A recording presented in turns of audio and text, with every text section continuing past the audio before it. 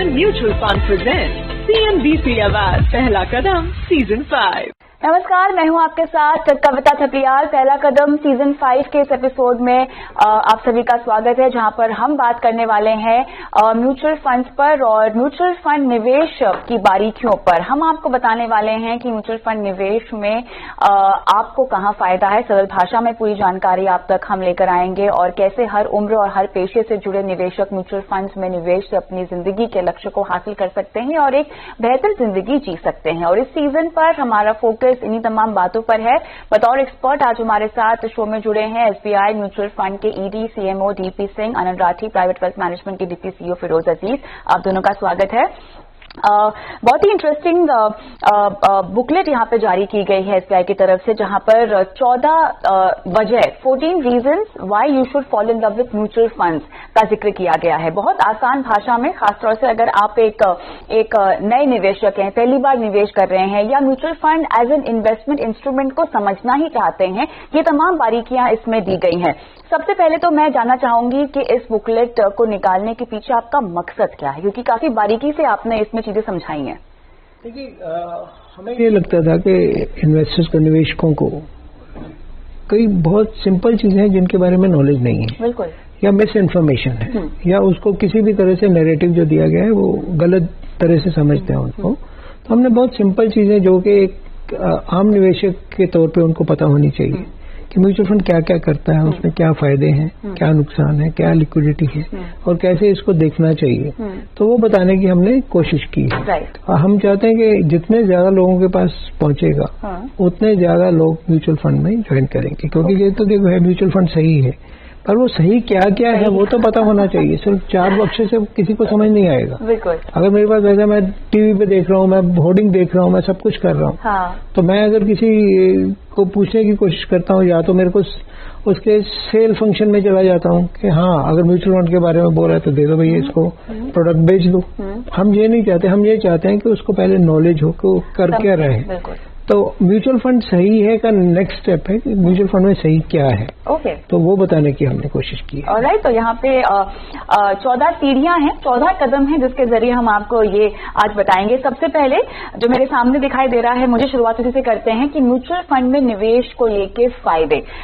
बहुत सारी asset classes हैं जहाँ पे लोग निवेश करते हैं, रियल एस्टेट, सोने की तो हम बात करते ही करते हैं, लेकिन म्यूचुअल फंड में ऐसी क्या खास बात है कि मैं इसमें जिंदगी भर इससे बंधी रह सकती हूँ?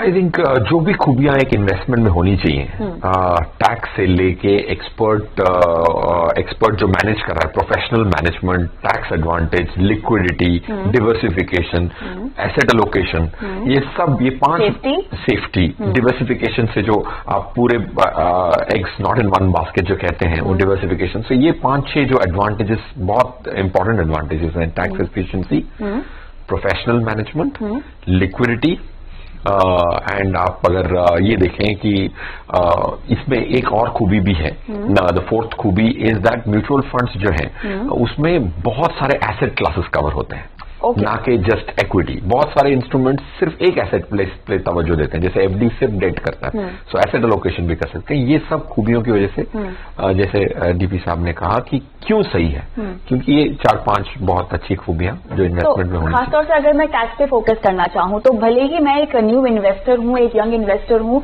लेकिन अगर मैं एक रिटायर्ड इंडिविजुअल हूँ, मेरे लिए ये इंस्ट्रूमेंट बिल्कुल सही है। सबसे पहले तो ये है कि म्यूचुअल फंड में TDS का कोई कंसेप्ट नहीं था।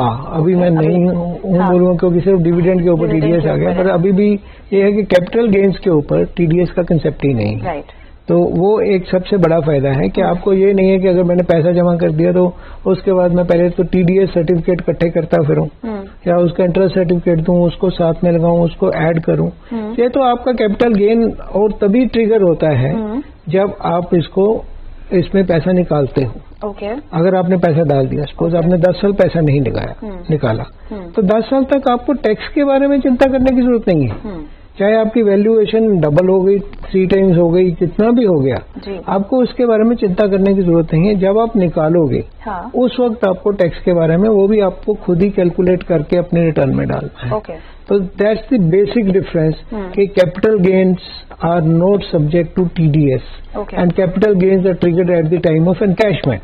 ठीक है। जबकि जो ब्याज का होता है, चाहे मैं एनसीडी लूं या मैं बैंक डिपॉजिट में पैसा डालूं, तो मेरा एक तो ब्याज 6 महीने के बाद मिलता है या एक्रूअल के बेस पे मेरे को अपने रिटर्न में डालना पड़ता है।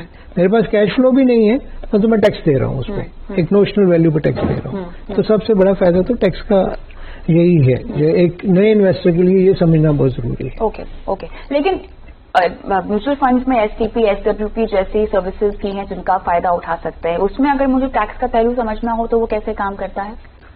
देखिए, अगर एसआईपी, एसटीपी, एसडब्ल्यूपी एक माध्यम है जिसमें आप पैसे डाल सकते हैं फिर निकाल सकते हैं। सही। एसआईपी में आप पैसे निवेश कर रहे हैं धीमे धीमे हर महीने, तो उसमें टैक्स, आपकी जो लॉन्ग टर्म टैक्स जो होती है वो हर किश्त 12 महीने कंप्लीट करने पे लॉन्ग टर्म होती है।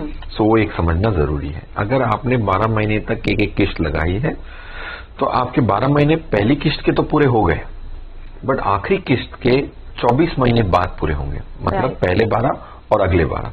सो टैक्सेशन एसआईपी में आपको हर किश्त को 12 महीने होल्ड करना पड़ता है ताकि टैक्स एफिशिएंसी मिले। एसडब्ल्यूपी, एसटीपी जो है सिस्टमैटिक ट्रांसफर प्लान, वो एक माध्यम है जिसमें डेट में आपने पैसा लगाया और धीमे धीमे अपने पैसे को इक्विटी में ट्रांसफर किया। तो इसमें आपको डेट की टैक्सेशन भी समझनी पड़ेगी और इक्विटी की भी समझनी पड़ेगी, क्योंकि दोनों, एक लिक्विड फंड में कोई इंसान अपने पैसे लगाता है और एसेट मैनेजमेंट कंपनी को कहता है कि आप धीमे धीमे इस पैसे को इक्विटी फंड में ले जाइए। तो ये दोनों की अलग टैक्सेशन होगी। डेट में ज्यादातर शॉर्ट टर्म कैपिटल गेन लगेगा, जो भी कमाई आपने उधर की है, क्योंकि पैसा मूव हो रहा है और 3 साल तक होल्ड नहीं हो रहा होगा ज्यादातर। So short term capital gain यहाँ लगेगी। और ये जो पैसे इक्विटी में ट्रांसफर हो चुके हैं सिस्टमैटिक ट्रांसफर प्लान के द्वारा, उसको तो आपको 12 महीने, 3 साल, 5 साल तक होल्ड करना है, तो उसमें लॉन्ग टर्म लगेगा। और लास्ट सिस्टमैटिक विड्रॉवल प्लान, जिसमें आप अपने पैसे को इस्तेमाल करने पे लगे हैं। जैसे डिविडेंड पे टीडीएस लगता है अब, राइट, तो डिविडेंड पे टैक्स लगती है। तो इस सिस्टमैटिक विड्रॉवल प्लान से आप जो पैसे अपने निकालते हैं उसमें टैक्स की मात्रा कम होती है, क्योंकि उसमें असल भी निकलता है और आपका रिटर्न भी निकलता है। तो टैक्स तो सिर्फ रिटर्न पे लगती है, सो टैक्स एफिशिएंसी आ जाती है और आपकी टीडीएस से आप अपने आप को महरूम रख सकते हैं। So these are the 3। तो यहाँ पर आप मुनाफा कमा सकते हैं। लेकिन क्योंकि अब हम टैक्स की बात कर रहे हैं, तो ऐसे में शॉर्ट टर्म और लॉन्ग टर्म गोल्स हर तरह के होते हैं। कैसे लॉन्ग टर्म में मुझे ज्यादा फायदा होगा? कैसे मैं एक लॉन्ग टर्म रिलेशनशिप में रह सकती हूँ किसी म्यूचुअल फंड के साथ? इससे पहले मैं जो पहले क्वेश्चन पूछा फिरोज से, उसको थोड़ा सा बताना चाहूंगा कि फिरोज ने बड़े डिटेल में बताया है कि कैसा होता है, परंतु एक इन्वेस्टर को इसके बारे में ना ज्यादा चिंता करने की जरूरत नहीं है। उसको ऐसा नहीं कि मेरे को सब कुछ ये पता होना चाहिए, क्योंकि ये अपने वो अगर वेल्थ मैनेजर को बोलेगा या वेबसाइट से अपने अगर वो ऑनलाइन कर रहे हैं, तो उसको टीडीए जो एक कैपिटल गेन स्टेटमेंट हर साल मिल जाएगी। ठीक है। तो उसको वो पूरा बता दिया जाएगा कि ये वाला आपका कैपिटल गेन इक्विटी का है, इस पे इतना टैक्स बनता है आपका।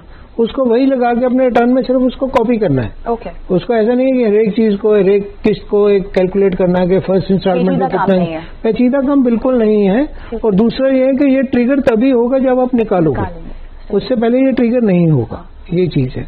अभी आपके क्वेश्चन, सॉरी मैं भूल गया। लॉन्ग टर्म अगर मैं रहूं तो कैसे मेरे को टैक्स का बेनिफिट हो सकता है? लॉन्ग टर्म तो यही है, अगर आप इक्विटी में है और 1 साल से ऊपर है तो उसके ऊपर आपको सिर्फ 10% टैक्स लगता है।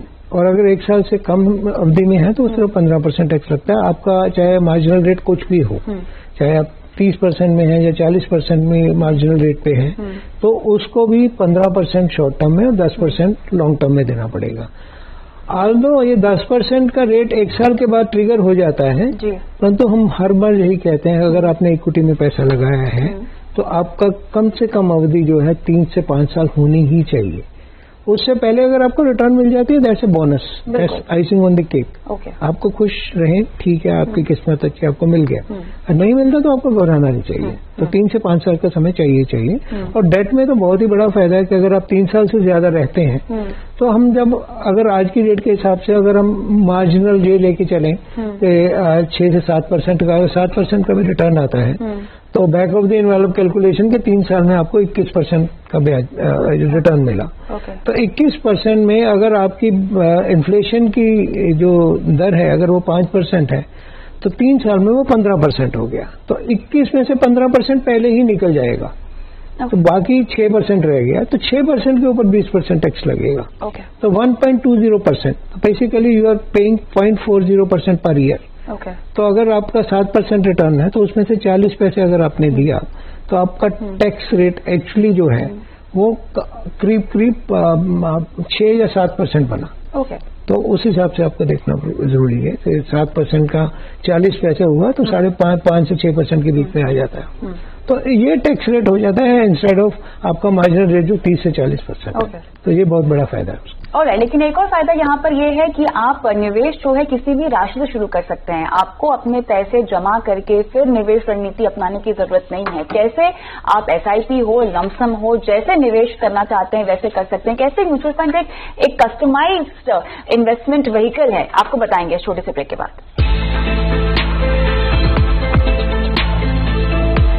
SBI Mutual Fund presents CNBC award पहला कदम सीजन 5। क्यों निवेश के लिए म्यूचुअल फंड्स पे आपको भरोसा करना चाहिए, क्यों मुनाफे के लिए आपको म्यूचुअल फंड पे भरोसा करना चाहिए, और कैसे इसके जरिए अगर आप निवेश रणनीति अपनाते हैं तो कम से कम जोखिम में भी आप ज्यादा से ज्यादा मुनाफा कमा पाएंगे। इसी का नुस्खा हम आपको बता रहे हैं आज के इस हमारी पेशकश में। हमारे दोनों पैनलिस्ट बने हुए हैं, चर्चा को आगे बढ़ाते हैं। और फिरोज, अगर मैं लंबी अवधि का नजरिया पकड़ती हूं तो कैसे म्यूचुअल फंड में बाजार की हर चाल के मुताबिक मेरे पास निवेश बरकरार रहे या ना रहे, मैं फायदे में रहूंगी? क्योंकि अगर आपका नजरिया लंबा है, 10 से 15 साल का है, बहुत सारी साइकिल आपकी जिंदगी में आएंगी जहां पे आपके पास निवेश के लिए पैसे होंगे, नहीं होंगे। क्या आप इंतजार करते रहें कि आप पैसे इकट्ठा करें उसके बाद ही निवेश करें, या आप छोटी से छोटी रकम से भी शुरुआत कर सकते हैं निवेश की? आई थिंक म्यूचुअल फंड से प्रेम करने के लिए ये एक ही कारण काफी है मेरे हिसाब से। तो बहुत सारे कारण हैं कि आप कोई भी अमाउंट से स्टार्ट कर सकते हैं। 500 रुपए से स्टार्ट कर सकते हैं। तो हर इंसान, हर इंडियन के पास 500 रुपए की तो मंथली सेविंग होगी, राइट? ये अगर नहीं है तो उतनी तो करनी ही चाहिए। तो म्यूचुअल फंड्स पूरे 1 करोड़ 130 करोड़ जितनी भी आबादी है सबके लिए रेलेवेंट हो गया। सेकेंड, जो लंबी अवधि की बात की ना, कोई भी इंस्ट्रूमेंट से आपको रिश्ता जोड़ने के लिए लंबी अवधि के लिए रेगुलेशन की जरूरत पड़ती है कि उस पर कोई और देखरेख रख रहा है कि नहीं रख रहा है। राइट? क्योंकि हमने देखा है चिट फंड रेगुलेटेड नहीं है। राइट? अगर आप कोई गोल्ड ज्वेलर की कोई स्कीम लेते हैं जिसमें आप SIP कर लेते हैं, काफी बार ये भी देखा गया है कि वो अपनी दुकान बंद करके चले जाते हैं। तो ये रेगुलेशन में ये सबसे अधिक रेगुलेटेड है, एटलीस्ट फाइनेंशियल इंस्ट्रूमेंट्स में, मेरा ये मानना है। At least one of the top regulated, क्योंकि लंबी अवधि के लिए आपको सिर्फ पैसे इकट्ठे नहीं करने हैं, इकट्ठे करके ये भी चिंता करनी है कि पूरे पैसे जो इतने सालों की मेहनत है वो बरकरार रहे। सो छोटी इन्वेस्टमेंट्स एंड लंबा रिश्ता उसी से जुड़ सकता है। शादी आप उसी से कर सकते हैं जहां पे आपकी बने निभे 20-50 साल तक। तो बीच में अगर मैं निवेश रोक दूं किसी भी कारणवश तो भी मुझे घाटा नहीं होगा? बिल्कुल नहीं। अगर आपका कोई ऐसी सिचुएशन आ जाती है कि आप निवेश को बंद करना चाहते हैं तो बंद कर दीजिए। मैं तो ये कहता हूँ कि म्यूचुअल फंड इतना एक बेहतरीन एक इंस्ट्रूमेंट है जिसमें आपकी फ्लेक्सिबिलिटी सबसे ज्यादा है। आप SIP, SWP, lump sum investment, STP सभी एक ही फोलियो में कर सकते हैं। आपको ज्यादा अकाउंट खोलने की जरूरत ही नहीं है। तो उसके लिए लचकीलापन तो इसमें है ही। तो उसके अलावा जो लिक्विडिटी और सेफ्टी जो बात करते हैं, और जहां तक रेगुलेशन की सवाल है तो रेगुलेटेड सिर्फ इंडिया में ही नहीं, globally SEBI is considered is one of the best regulator in the world. तो उनके जो रेगुलेशंस हैं, जिस बारीकी के साथ वो देखते हैं चीजों को इन्वेस्टर के बेनिफिट के लिए, तो कई बार और लोगों को जो और स्टेक होल्डर्स होते हैं उनको लगता भी है, जैसे हम म्यूचुअल फंड हमें लगता है कि यार कुछ ज्यादा हो रहा है, या डिस्ट्रीब्यूटर को लगता है कि ये तो कुछ ठीक नहीं है। तो अगर इन्वेस्टर के पॉइंट ऑफ व्यू से देखा जाए, जो भी करता है सभी, उसका बेसिक यही रहता है कि इन्वेस्टर का पैसा कैसे सेफ रहे, कैसे उसको पूरा ट्रांसपेरेंट वे में बताया जाए कि कहाँ वो पैसा लग रहा है, उसमें क्या रिस्क है। तो वो सारी चीजें बहुत बखूबी की जाती हैं, and this is the most regulated instrument in the country. लेकिन बाकी निवेश इंस्ट्रूमेंट से अगर मैं इसको कंपेयर करना चाहूँ फिरोज, तो मुझे कोई फीस चुकानी पड़ती है? म्यूचुअल फंड्स क्या वैसे कॉस्ट इफेक्टिव होते हैं? कॉस्ट इफेक्टिव तो होते हैं। ऑफ कोर्स हर चीज की एक फी होती है। तो इसमें 2 किस्म होते हैं। अगर आपने एक एडवाइजर या ब्रोकर के समेत अगर आप म्यूचुअल फंड में इन्वेस्टमेंट करते हैं तो कॉस्ट थोड़ी ज्यादा लगती है। अगर आप खुद से समझते हैं, मेहनत करके अब खुद से इन्वेस्ट करते हैं तो डायरेक्ट प्लान भी अवेलेबल है, राइट। तो हर इंसान के लिए, जो नोवाइज इन्वेस्टर है उसके लिए भी है, जो एक्सपर्ट है उसके लिए भी है। सो कॉस्ट एफिशिएंसी डेफिनेटली है, और डिफरेंट प्रोडक्ट्स में डिफरेंट कॉस्ट है। अगर कोई एक्सचेंज ट्रेडेड फंड खरीदना चाहे तो बहुत कम से कम कॉस्ट में भी आप टैक्स एफिशिएंसी, लो अमाउंट का फायदा ले सकते हैं। सो कॉस्ट के माध्यम से भी डिफरेंट एसेट्स, डिफरेंट प्रोडक्ट्स में काफी अच्छी कॉस्ट स्पेक्ट्रम भी है। So for the most expert investor, सबसे नए इन्वेस्टर के लिए भी कॉस्ट की डिफरेंट स्पेक्ट्रम्स हैं। जैसे ETFs हैं जिसमें एक्सचेंज ट्रेडेड फंड होते हैं, जिसमें इंडेक्स को रेप्लिकेट किया जाता है, उसमें कॉस्ट ना के बराबर मानी जाएगी। So cost is a very good point. तो जैसे कि हम अब तक समझ चुके हैं कि हर उम्र का निवेशक इसमें निवेश कर सकता है, लेकिन अगर मैं रिटायरीज पे फोकस करना चाहूँ तो कैसे सुनिश्चित हो कि म्यूचुअल फंड में निवेश के जरिए मेरे पास एक हर महीने की जो आय है वो मुझे मिलती रहे? क्या इसका विकल्प है? बिल्कुल, इसका सबसे बड़ा फायदा ही म्यूचुअल फंड का ये है कि आप ना प्रोडक्ट दे सकते हो हर तरह के इन्वेस्टर के लिए। तो जो हम पहले बात कर रहे थे उसके बारे में कि अगर एक रिटायरीज के पास सपोज एक आमतौर पर मिडिल लेवल का भी जो बंदा आज रिटायर होता है उसको करीब 40 से 50 लाख रुपए मिल जाता है। मैं मिडिल लेवल एम्प्लॉय की बात कर रहा हूँ। तो अगर 50 लाख मिल जाता है तो अगर उसकी अब हर एक रिटायरी एक डिफरेंट होगा, एक डिफरेंट उसके गोल्स होंगे। कोई एक रिटायरी ऐसा हो सकता है जिसके पास एक सेकंड सोर्स ऑफ इनकम है, चाहे वो रेंटल इनकम है, चाहे उसकी कोई बिजनेस इनकम आ रही है, एग्रीकल्चर इनकम आ रही है, तो उसको ये 50 लाख में से कितना चाहिए पेंशन के अलावा, तो वो एक देखना पड़ेगा। परंतु जितना भी उसको कैश फ्लो चाहिए एक साल के अंदर, एक साल वाला कैश फ्लो हम उसके अल्ट्रा शॉर्ट टर्म फंड में या लिक्विड फंड में रख सकते हैं। जैसे 50 लाख है तो 50 लाख में से 5 लाख उसमें रख दिया, जो कि एक इमरजेंसी फंड में और उसके रिटर्न का भी ध्यान रखेगा, तो उसमें SWP कर दी। जैसे 5 लाख रुपए अगर रख दिया, अगर उसमें 50 लाख में से हर महीने उनको 25,000 रुपए चाहिए या 30,000 रुपए चाहिए, तो पहले साल उसको लिक्विड में से निकालते रहो, दूसरे साल और तीसरे साल एक डेट फंड में से निकालते रहो। जो इक्विटी वाला पोर्शन है उसको मत छेड़ो। तो 3 साल के बाद उसकी रिटर्न इतनी बन जाएगी, वो अपना पैसा कमा रहा है, वो कमाऊ बच्चा है, उसको दूसरी तरफ बैठे रहने तो वो लंबी टर्म में आपको बना के देगा। तो उसमें परंतु अगर आपको इमरजेंसी के लिए वो भी इसमें से निकाल सकते हो, उससे ज्यादा जरूरत है तो आप लॉन्ग डेट वाला जो डाला हुआ उसमें से निकाल लीजिए। परंतु हर वक्त अपने पोर्टफोलियो का लेवल देखिए। डोंट लुक एट इट कि मैंने लिक्विड में 5 लाख डाला था, 30,000 निकाला तो यार अभी तो 4.5 लाख रह गया। Don't look at that 4.5 lakh, look at कि आपने 50 लाख डाला था, 50 लाख की वैल्यू कितनी है। तो उसमें थोड़ा बहुत ऊपर नीचे रहेगा, परंतु एक रिटायरी के लिए सबसे बढ़िया ये है। और उसको हर तरह, जैसे उसकी सैलरी आती थी उसी तिथि को उसके अकाउंट में उतना पैसा जितना वो एक मैंडेट देगा अपने फंड हाउस को, उसके अकाउंट में आ जाएगा। और उसमें कोई TDS का चक्कर नहीं, कुछ नहीं। हर साल के बाद अगर पहले साल में अगर देखो तो जो टैक्स का रेट बनता है वो हार्डली 2% बनता है। दूसरे साल थोड़ा बढ़ेगा, तीसरे साल के बाद तो फिर वो क्योंकि डेफर हो गया, डेफर होने के बाद वो लॉन्ग टर्म बन गया, तो दोनों फायदे मिल जाते हैं। शॉर्ट टर्म में उसका पैसा जो मेन अपना आ रहा है, लॉन्ग टर्म में जब ज्यादा रिटर्न वाला पैसा आएगा उस वक्त वो लॉन्ग टर्म बन जाएगा। तो दोनों फायदे हो जाते हैं। बहुत ही फ्लेक्सिबल है और हर रिटायरी हर तरह के, जैसे एक बंदे को 25,000 चाहिए, दूसरे को 50,000 चाहिए, तो उसकी एलोकेशन थोड़ी चेंज हो जाएगी।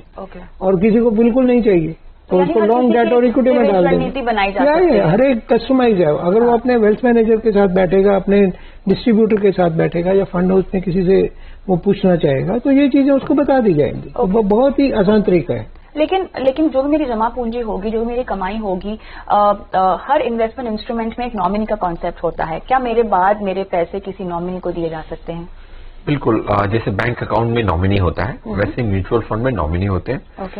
जहां तक कि मेरा अंडरस्टैंडिंग है 3 नॉमिनी रख सकते हो आप एक फोलियो के, और उसमें आप ये भी बोल सकते हो कि किस नॉमिनी को कितना हिस्सा मिलेगा इसमें से। जो बैंक अकाउंट में भी ये सुविधा उपलब्ध नहीं है। बैंक अकाउंट में सिर्फ एक ही नॉमिनी होता है या फिर एक सेकंड होल्डर और एक नॉमिनी, अगर आप 3 लोग करना चाहते हैं तो। सो पॉइंट 1, म्यूचुअल फंड में नॉमिनी की सुविधा उपलब्ध है। बैंक अकाउंट से भी ज्यादा बारीकी से आप नॉमिनी का चुनाव और उसकी मात्रा भी चुन सकते हैं। सो इसीलिए इसको कस्टमाइजेशन कह रहे हैं। और ये बदल भी सकते हैं अगर हमें बदलते वक्त में अगर नॉमिनी में बदलाव करने हो तो ये मुमकिन है? बिल्कुल, ये जो कस्टमाइज एडेप्टेबिलिटी जो फीचर है म्यूचुअल फंड का, वो एडेप्ट करता है आपकी चेंजिंग सर्कमस्टांस को। तो ये डेफिनेटली चेंज कर सकते हैं आप, पूरी तरह से बदल सकते हैं। ऐसी भी कोई रेस्ट्रिक्शन नहीं है कितने बार चेंज कर सकते हैं। अगर 6 महीने पहले चेंज किया तो ऐसी कोई रेस्ट्रिक्शन नहीं है कि आप एक स्पेसिफिक फ्रीक्वेंसी में कर सकते हैं। अगर 10 दिन में आपका मन बदल जाए तो वापस भी बदल सकते हैं। तो अगर कोई पैसा किसी ने क्लेम नहीं किया है, कोई नॉमिनी नहीं किसी ने चुना है, मिस हो गया या भूल गए या सोचते ही रह गए कि किसको नॉमिनी बनाना है, तो इस स्थिति में मेरे पैसे का क्या होता है? उस स्थिति में वो एक नॉर्मल जो लीगल कोर्स है, जैसे बैंक डिपॉजिट में होता है वैसे ही आपको अपने वो डॉक्यूमेंट्स देने पड़ेंगे। उसके जो भी लीगल है उनका एक एफिडेविट लगता है। तो वो एक पर्टिकुलर अमाउंट है, उसके अगर ऊपर है तो कोर्ट से जो ऑर्डर आता है तो उसके हिसाब से उसको दे दिया जाता है।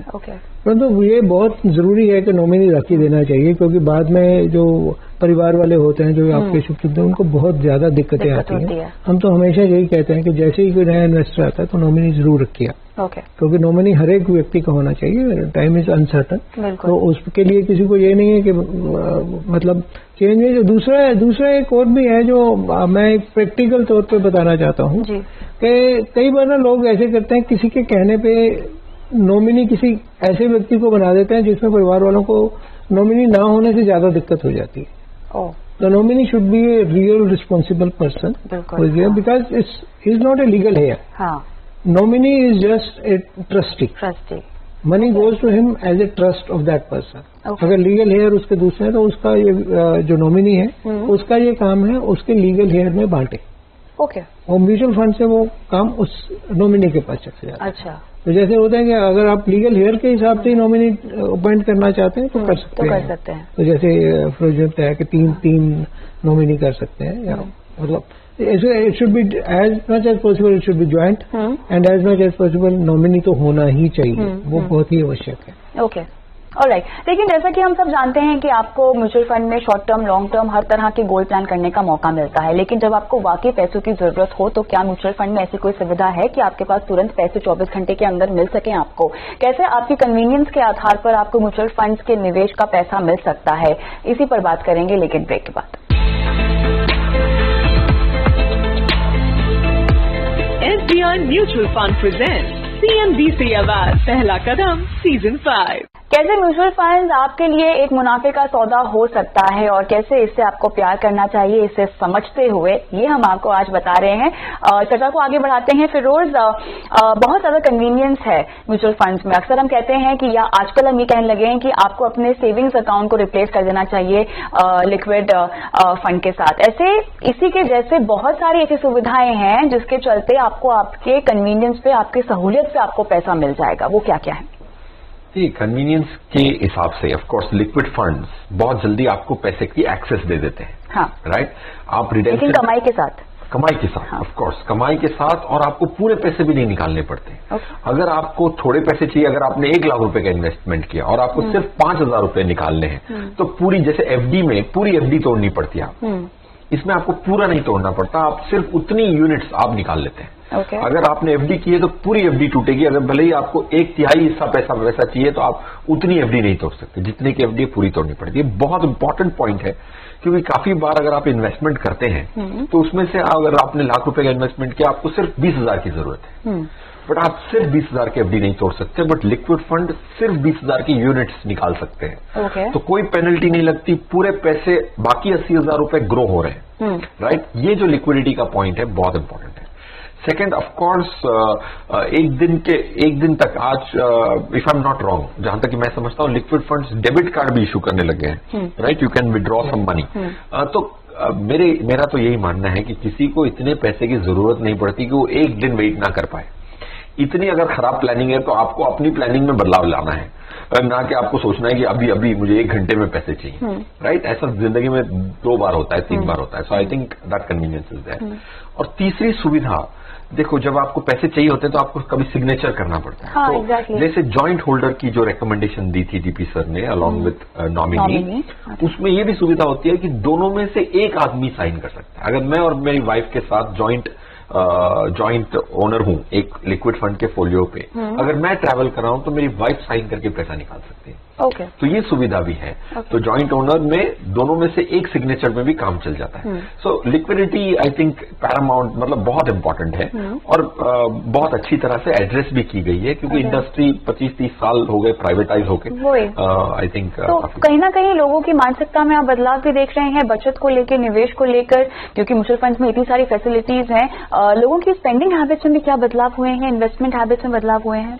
देखो, स्पेंडिंग हैबिट्स तो जनरली सोसाइटी में ही हमने बदलाव देखा है।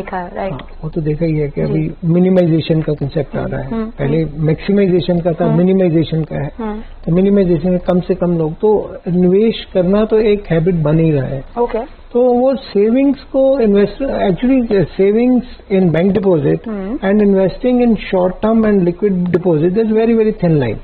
राइट। तो फायदे बहुत ज्यादा है। ओके। अगर if you weigh the benefits with the loss of liquidity that you can't do it across the table or you can't write a check, तो उसके बदले में जो फायदे हैं, फायदे outweigh these two losses which you have. Okay. आज की डेट में अगर मेरे सेविंग बैंक अकाउंट में पैसा है तो यही है ना, तो मैं जाके काउंटर पे खड़ा होकर बोलूंगा मेरा 5 लाख निकाल दो, तो वो मेरे को 5 लाख दे देंगे। अगर लिक्विड में पड़ा है तो 5 लाख की रिडेम्पशन स्लिप दूंगा, सुबह 10 बजे मेरे अकाउंट में आएगा। तो उसके अगेंस्ट मेरे को फायदा क्या हो रहा है? मेरे को डबल रिटर्न मिल रहा है, मेरे को टैक्स एफिशिएंट रिटर्न मिल रहा है, मेरे को कोई किसी चीज की कोई दिक्कत नहीं है। और जैसे बताया कि पार्ट्स में निकाल सकता हूँ, वापस डाल सकता हूँ, सब कुछ कर सकता हूँ। तो this benefits outweighs, so investors are savers are converting into investors. Okay. और आज की डेट में अगर नया बंदा देखो तो कोई भी व्यक्ति जो नई जॉब ज्वाइन करता है, बैंक अकाउंट तो सिर्फ इसलिए है क्योंकि सैलरी उसमें जाती है। सही बात है। उसके अलावा कुछ नहीं है। उसके अलावा तो आपको बैंक का कभी मुंह देखने की जरूरत नहीं है, कभी जाने की जरूरत नहीं है। तो वो अभी जो वो उसमें करता है, तो ऑनलाइन उसने बैंकिंग करनी है, ऑनलाइन वो इन्वेस्टमेंट्स का भी हैंडल कर सकता है। Most of the wealth managers, most of the distributor, most of the fund houses, उनका अपना अपना ऐप है, एक ऑनलाइन पोर्टल है जहाँ से आप सब कुछ कर सकते हो। तो वो तो एक जरूरत है ही है। तो ये चीज डेफिनेटली बदल रही है। ओके। स्पेंडिंग हैबिट, इससे क्या हो रहा है कि जब आपका पैसा एक इन्वेस्टमेंट में चला जाता है तो नेचुरली उसको ग्रो करने की उसका नेक्स्ट स्टेप क्या होता है? एक बार आपका लिक्विड में कुछ पोर्टफोलियो बन गया तो naturally you will get A guidance from A wealth manager और योर डिस्ट्रीब्यूटर और फ्रॉम समवेयर एल्स। इतना कुछ है तो आप उसमें से SIP करोगे, STP करोगे और जब जरूरत होगी उस पर निकाल भी सकते हो। तो वो चीजें तो है ही। तो न सिर्फ एक स्मार्ट निवेश का विकल्प है, बल्कि स्मार्ट रिटर्न कमाने का भी एक विकल्प है। रियल रिटर्न्स की जो हम बात करते हैं वो म्यूचुअल फंड में कितने अलग होते हैं बाकी इन्वेस्टमेंट इंस्ट्रूमेंट्स की तुलना में? रिटर्न पे जाने से पहले जो रिस्क है वो बहुत कम हो जाती है आपकी। देखिए, आपको ये सोचना है कि लिक्विड फंड की इतनी चर्चा की हमने।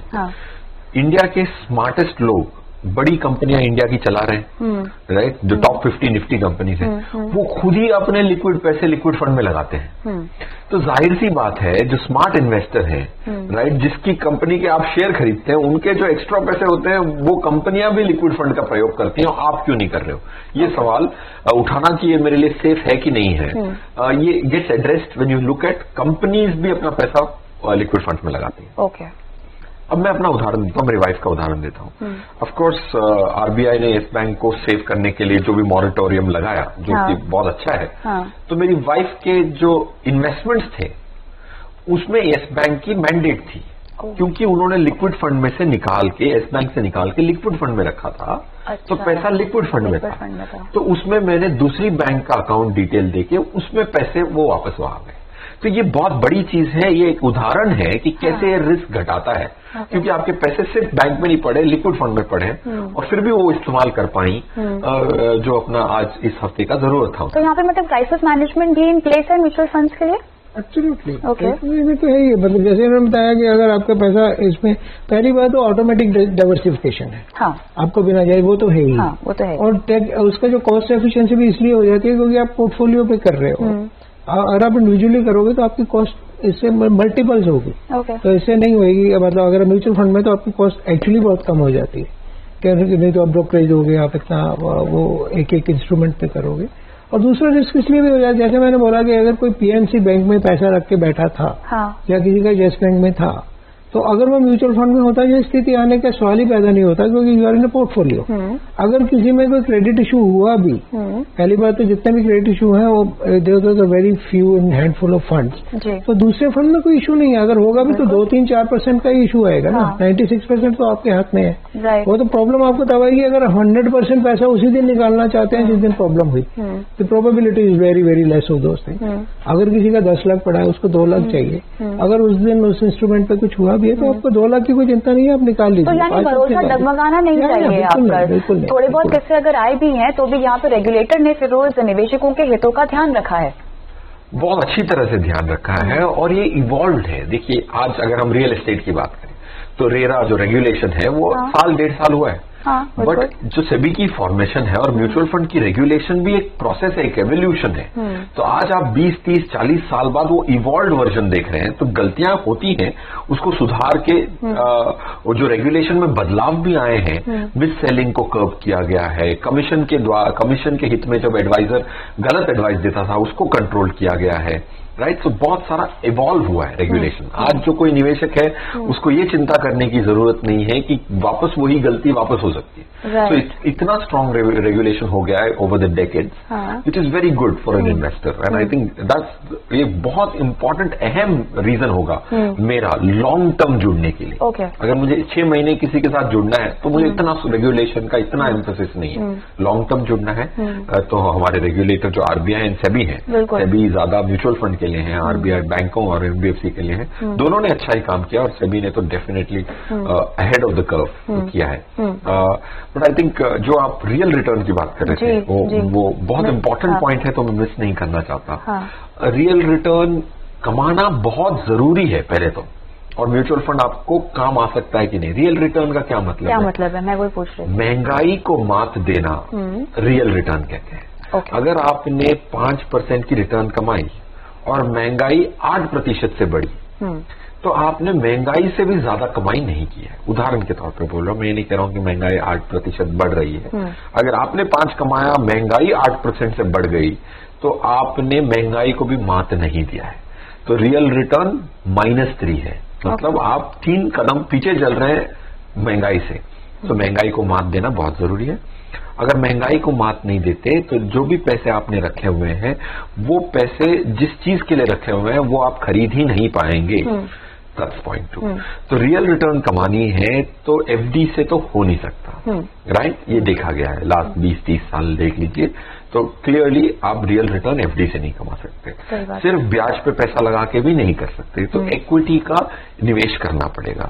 अगर इक्विटी करना पड़ेगा तो रिस्क आता है मार्केट का, उतार चढ़ाव का, तो उसको मिटिगेट करने का सबसे अच्छा प्लेटफॉर्म है म्यूचुअल फंड, क्योंकि स्टॉक्स में उतार चढ़ाव 3 गुना ज्यादा हो सकती है म्यूचुअल फंड के पोर्टफोलियो। तो यहाँ पे बाजार की चाल लेकिन जैसी भी हो, कैसे इन्वेस्टर हमेशा मुनाफे में रह सकता है, ये क्या फीचर है म्यूचुअल फंड्स का। और साथ ही रेगुलेटर की हम बात करेंगे, तो कैसे आप भी रेगुलेटर तक पहुंच सकते हैं। अगर आपके मन में कोई शंका है, कोई शिकायत है, तो कैसे रेगुलेटर आपकी सहायता भी कर सकता है, कैसे म्यूचुअल फंड में ये एक बहुत ही बड़ा अहम फीचर है, इस पर बात करेंगे छोटे से ब्रेक के बाद।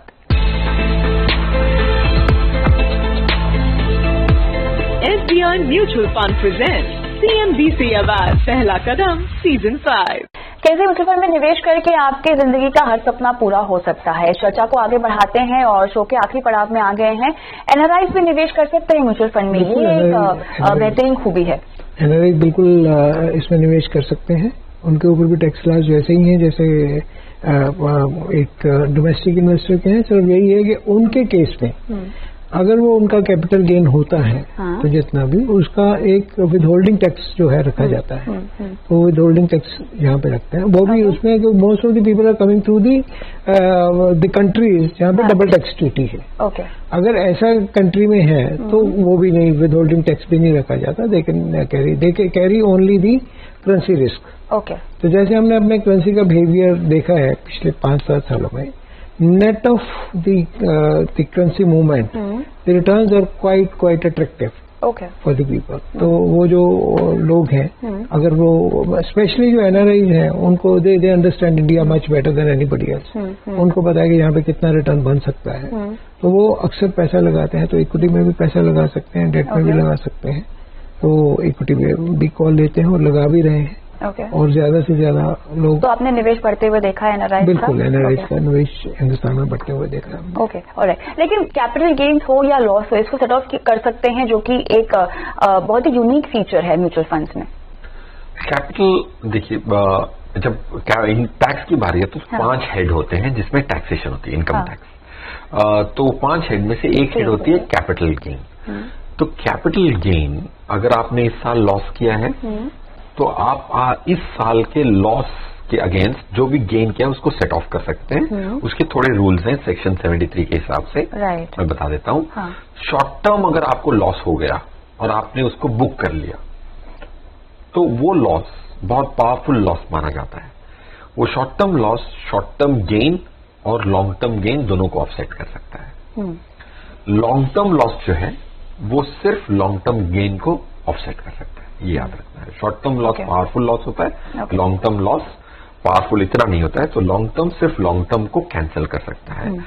और इससे सबसे अच्छी खूबी ये है कि इस साल अगर मुनाफा ना हुआ, फॉर एग्जाम्पल इस फाइनेंशियल ईयर में मार्केट 15% डाउन है, निफ्टी 11,700 से 10-11% डाउन है, तो शायद ही कहीं और प्रॉफिट हुआ होगा, राइट। तो उस लॉस को आप अगले 8 साल तक उसको कैरी कर सकते हो और यूज कर सकते हो सेट ऑफ करने के लिए।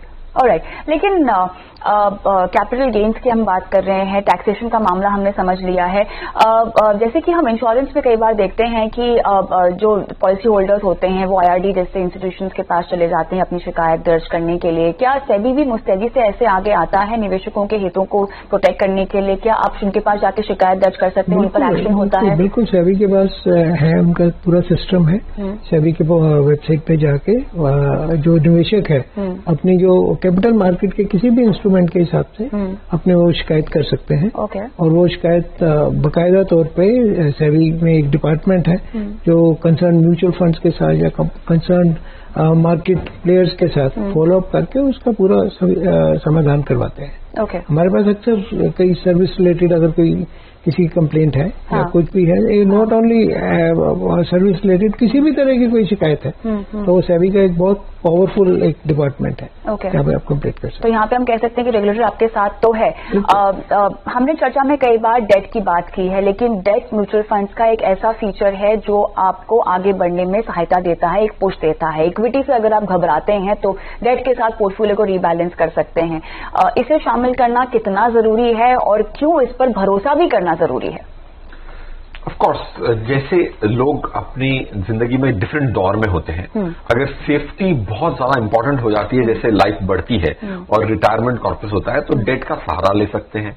जैसे आप सिस्टमैटिकली ट्रांसफर कर सकते हैं debt to equity, equity to debt भी सिस्टमैटिकली ट्रांसफर कर सकते हैं। जैसे आपकी गोल्स पास में आए तो आप इक्विटी स्कीम से भी डेट स्कीम में अपने पैसे को धीमे धीमे निकाल सकते हैं। So that's very important. काफी लोग नहीं करते, बट गोल इर्द गिर्द हो तो ये भी करना जरूरी है। तो डेट का सहारा लेना, जब लाइफ में सेफ्टी, जो SLR बोला था, सेफ्टी, लिक्विडिटी, रिटर्न, जब रिटर्न बैक सीट लेता है और रिस्क फ्रंट सीट लेता है और सेफ्टी की अहमियत बढ़ जाती है, तो आप ये डेट का सहारा लेके एक बैलेंस, एक संतुलन बना जरूर सकते हैं। लेकिन यहाँ पे ट्रांसफर करना कितना आसान या कितना मुश्किल होता होगा? नहीं, ये तो बहुत ही एक आसान तरीका है।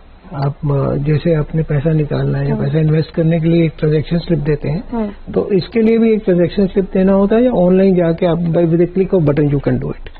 तो उसमें T+2 अगर आप इक्विटी में है या डेट में है, जो लॉन्ग वाले हैं, तो उसमें T+2 जैसे आज आपने दिया तो 2 दिन बाद के NAV पे आपका इन्वेस्ट हो जाएगा किसी भी तरफ, debt to equity, equity to date.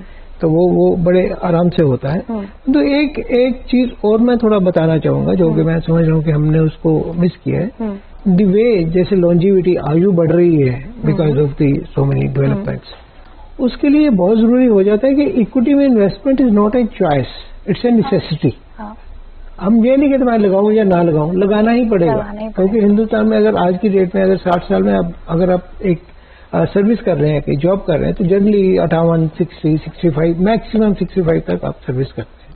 अगर आपको 25 साल 30 साल और अभी जिंदा रहना और एक लाइफस्टाइल मेंटेन करना है, तो उसके लिए 2 चीजें बहुत जरूरी हैं। एक तो इन्वेस्टमेंट जल्दी शुरू करनी पड़ेगी, और दूसरा ये है कि इक्विटी में करना ही पड़ेगा। It's not a choice, it's a necessity, you have to do it. चाहे आपको फोर्स करके के भी क्यों ना करवाना पड़े, आपको करना पड़ेगा। नहीं तो आपका जो फ्यूचर है डेट आपके फ्यूचर के लिए सफिशिएंट नहीं रहेगा, क्योंकि इन्फ्लेशन बढ़ती रहेगी और इन्फ्लेशन बीटिंग रिटर्न जो डेट देता है वो बड़ी मार्जिनल होती है। आज की डेट में भी अगर मैं किसी डेट इंस्ट्रूमेंट की इन्फ्लेशन बीटिंग रिटर्न की बात करूं तो it can be maximum 2 to 3% maximum, but equity में it can be multiple of 2-3% over the period of time. तो अगर मेरे को अपना वैल्यू क्रिएट करना है, तो अगर वेल्थ क्रिएट करना है तो इक्विटी में डालना ही पड़ेगा। तो यहाँ पर मैं रियल एस्टेट को और सोने को भी दरकिनार कर दूं? दरकिनार नहीं करने की जरूरत है। रियल एस्टेट जो है इंडिया में आंकड़ा कहता है कि 50% एटलीस्ट HNI की वेल्थ ऑलरेडी रियल एस्टेट में है। और गोल्ड भी इंडिया ने अर्जों से इंपोर्ट किया हुआ है and we are the largest consumer of gold. अब जो लैकिंग है वो है फाइनेंशियल इंस्ट्रूमेंट्स, और फाइनेंशियल इंस्ट्रूमेंट के लिए इंडियन के लिए लास्ट 20 सालों से फाइनेंशियल इंस्ट्रूमेंट मतलब एक FD करनी है और एक यूलिप खरीद लेना है। तो अब थोड़ा आगे बढ़ना है। म्यूचुअल फंड इंडस्ट्री अपने निवेशकों से तो प्रेम करती ही है, अब निवेशक की बारी की म्यूचुअल फंड से भी वो प्रेम करे। यही मेरी विनती होगी इस शो के माध्यम से। और क्यों आपको प्रेम करना चाहिए, क्यों भरोसा जताना चाहिए, उसके पीछे क्या वजह है हमने आपको बता दी है। तो छोटी ही सही लेकिन शुरुआत जरूर करें म्यूचुअल फंड में निवेश से। बहुत बहुत शुक्रिया आप दोनों का शामिल होने के लिए चर्चा में।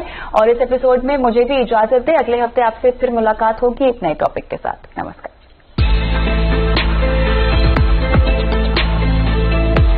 SBI Mutual Fund presents CNBC Awards पहला कदम Season 5।